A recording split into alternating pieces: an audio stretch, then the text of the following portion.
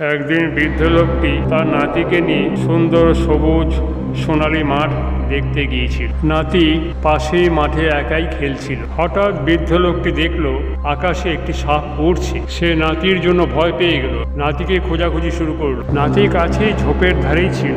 সাপটি উড়তে উড়তে হঠাৎ যে কখন নাতিকে প্রায় মুখের মধ্যে গিলেই নিয়েছিল। বৃদ্ধ লোকটি কোনো মতে একটি ছুরি জোগাড় করে সাপটির গলাটা কেটে দিল এবং নাতিকে নিয়ে দৌড়ে সে পালিয়ে গেল। বাচ্চাটিকে হসপিটালে নিয়ে ভর্তি করে দেওয়া হলো।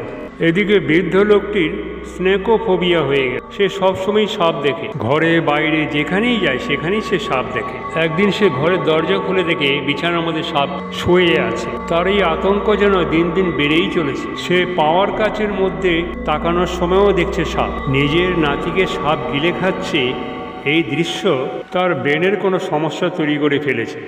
একদিন সে তার চোখের মধ্যেও সাপ দেখতে পায়। সত্যি এই রোগ একটা বিরল রোগ, সবসময় সাপ দেখছে এখন। বৃদ্ধ লোকটি বসে থাকে এবং তার চেহারাও অন্যরকম হয়ে গেল।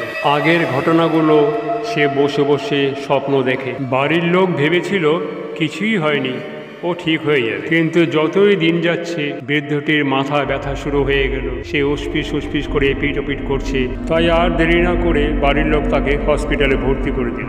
হসপিটালে তার নানান ধরনের পরীক্ষা শুরু হয়ে গেল। তার ব্রেনে অস্ত্রোপচার হলো।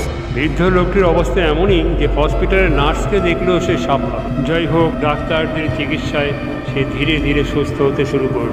তাকে এবার বাড়িতে ছেড়ে দেওয়া হলো। বাড়িতে এসে সে সব ঘরে ঘরে ঘুরে ঘুরে ধূপ ধুনা দিতে শুরু করল। সে এখন আর সাপের স্বপ্ন দেখে না। সে সারাদিনই জানলার সামনে বসে বাইরের দৃশ্য দেখে।